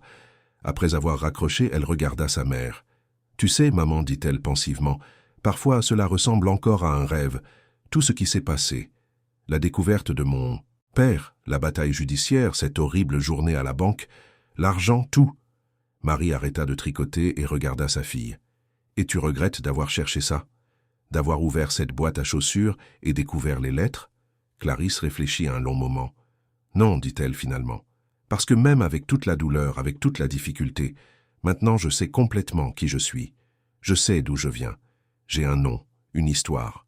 Et j'ai toi, qui a toujours été le plus grand héritage que j'aurais pu recevoir, avec ou sans argent. » Marie sourit, des larmes brillant dans ses yeux. « Ton père serait fier de la femme que tu es devenue, ma fille. Je sais qu'il le serait. » Cette nuit-là, Clarisse fit un rêve. Elle rêva qu'elle était dans un jardin immense et magnifique, rempli de fleurs qu'elle n'avait jamais vues auparavant. Elle marchait sur les chemins de pierre quand elle vit un homme de dos, observant un lac au centre du jardin. Elle savait, de la manière dont on sait les choses dans les rêves, que c'était son père. Elle s'approchait, le cœur battant fort. Quand elle fut assez proche, il se retourna. Il avait vraiment les mêmes yeux qu'elle, le même sourire de travers. Il tendit les bras et elle courut vers eux, ressentant une étreinte qui était à la fois la nostalgie de quelque chose qu'elle n'avait jamais eu et un profond réconfort. « Désolé, dit-il, la voix douce. Désolé de ne pas avoir été là. Je sais, répondit-elle dans le rêve. J'ai lu votre lettre. Je comprends. Vous allez bien vous en sortir, dit-il, s'éloignant un peu pour regarder son visage. Vous et votre mère allez bien vous en sortir. Vous êtes plus forte que vous ne l'imaginez. Quand Clarisse se réveilla, il y avait des larmes sur son visage, mais ce n'étaient pas des larmes de tristesse. C'étaient des larmes d'acceptation, de clôture, de paix. Son père ne reviendrait jamais, ne pourrait jamais défaire l'absence ou récupérer les années perdues. Mais d'une certaine manière, à travers sa dernière tentative de corriger ses erreurs, à travers l'héritage matériel et émotionnel qu'il avait laissé, il lui avait donné quelque chose de précieux, la certitude qu'elle avait été aimée. La semaine suivante, Clarisse prit une décision importante. Elle chercha Auguste et proposa qu'ils créent ensemble une fondation pour aider les enfants non reconnus à prouver leur paternité et à revendiquer leurs droits. Elle investirait une partie de son héritage, Auguste contribuerait avec ses connaissances juridiques et ensemble, ils offriraient un soutien juridique gratuit aux personnes dans des situations similaires à celles qu'elle avait vécues. Auguste embrassa l'idée avec enthousiasme. « Henri adorerait ça, dit-il, ému. Transformez votre douleur en quelque chose qui aide les autres. C'est parfait. » La fondation fut établie 3 mois plus tard, portant le nom de Fondation Henri et Marie, honorant à la fois le père qui avait tardivement reconnu sa fille et la mère qui avait élevé cette fille avec amour et sacrifice. Le jour de l'inauguration, des avocats, des juges, des travailleurs sociaux et, plus important encore, plusieurs personnes qui avaient déjà été aidées par la Fondation dans ses premiers mois d'opération y assistèrent. Clarisse fit un petit discours, nerveuse mais déterminée. Elle parla de son parcours, de comment elle avait failli abandonner plusieurs fois, du jour à la banque où elle avait été traitée comme une criminelle. Elle parla de l'importance de lutter pour ses propres droits, mais aussi de comment personne ne devrait avoir à lutter seul. « Chaque enfant mérite de savoir qui il est, dit-elle, sa voix ferme résonnant dans la salle. Il mérite d'avoir accès à son propre nom, à sa propre histoire, et aucun enfant ne devrait être jugé par les circonstances de sa naissance ou par la situation financière de sa mère. Cette fondation existe pour garantir que tous les enfants qui se trouvent dans la situation où je me suis trouvé aient le soutien nécessaire pour revendiquer leur identité. » Le public applaudit debout.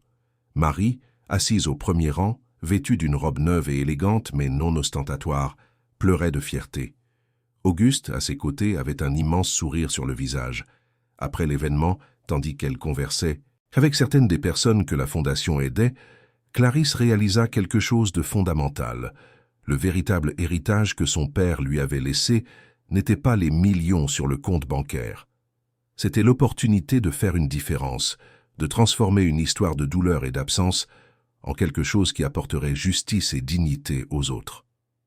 Cette nuit-là, de retour à l'appartement, Clarisse resta sur le balcon à regarder les lumières de la ville. Elle portait le collier de sa grand-mère Hélène, comme toujours. Dans sa main, elle tenait la lettre que son père avait écrite, déjà lue tant de fois qu'elle en connaissait chaque mot par cœur. « Merci, papa, murmura-t-elle au vent. Merci de m'avoir aimé de la manière dont vous avez pu. Merci de m'avoir donné non seulement la sécurité financière, mais un but.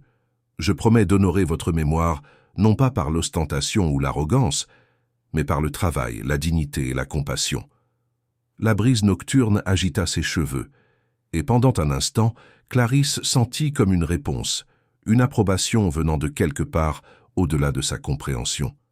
Elle sourit, se retourna et rentra, où sa mère l'attendait avec du thé chaud et la promesse d'une soirée tranquille à discuter des plans pour la fondation. La vie n'était pas parfaite, il y avait encore des jours difficiles, il y avait encore des moments où l'absence de son père pesait lourd, il y avait encore des cicatrices émotionnelles qui prenaient du temps à guérir. Mais il y avait aussi la joie, l'espoir, un but. Il y avait la certitude que, malgré tous les obstacles, toute la douleur, toute l'injustice, la vérité avait prévalu, la dignité avait prévalu. Et finalement, ce jour terrible à la banque, où elle avait été humiliée et presque expulsée, s'était transformé en catalyseur pour quelque chose de plus grand. C'était devenu l'histoire qu'elle raconterait aux personnes qu'elle aidait à travers la Fondation, comme exemple que peu importe la puissance du préjugé, la profondeur de la discrimination, la vérité et la persévérance trouvent toujours un chemin. Clarisse Dubois n'était plus seulement la fille non reconnue d'un riche homme d'affaires, elle n'était plus seulement la jeune fille pauvre des quartiers défavorisés de l'est de la ville. Elle était toutes ces choses et plus encore. C'était une étudiante dévouée, une fille aimante, une philanthrope émergente, une combattante pour la justice. C'était, par-dessus tout, elle-même, complète et entière. Et tandis qu'elle se préparait à dormir cette nuit-là, avec sa mère dormant tranquillement dans la chambre d'à côté et le collier de sa grand-mère Hélène soigneusement rangé dans sa boîte à bijoux, Clarisse s'est enfin autorisée à ressentir quelque chose qu'elle avait évité si longtemps, la paix. La paix avec son passé, la confiance en son présent et l'espoir en son avenir. Le chemin n'avait pas été facile, mais il avait valu chaque larme, chaque moment de doute, chaque instant d'humiliation, parce qu'au final, elle n'avait pas seulement trouvé son héritage financier, elle s'était trouvée elle-même. Fin de l'histoire. Chers auditeurs, nous espérons que l'histoire de Clarisse et Marie a profondément touché vos cœurs. Ce récit nous rappelle que la dignité humaine ne se mesure pas à des vêtements chers ou à des comptes bancaires, mais au caractère et au courage de lutter pour nos droits. Si cette histoire a résonné en vous, n'oubliez pas de vous abonner à notre chaîne et de liker la vidéo. Votre interaction nous aide à atteindre plus de personnes qui ont besoin d'entendre ces messages d'espoir. Chaque jour, nous vous apportons des histoires uniques qui célèbrent la force de l'esprit humain et l'importance de nous traiter les uns les autres avec respect et compassion. Racontez-nous dans les commentaires, avez-vous déjà vécu une situation de préjugés? Comment l'avez-vous gérée? Nous serions ravis d'entendre votre histoire. À notre prochaine rencontre et rappelez-vous toujours, votre origine ne détermine pas votre destin mais vos choix, oui.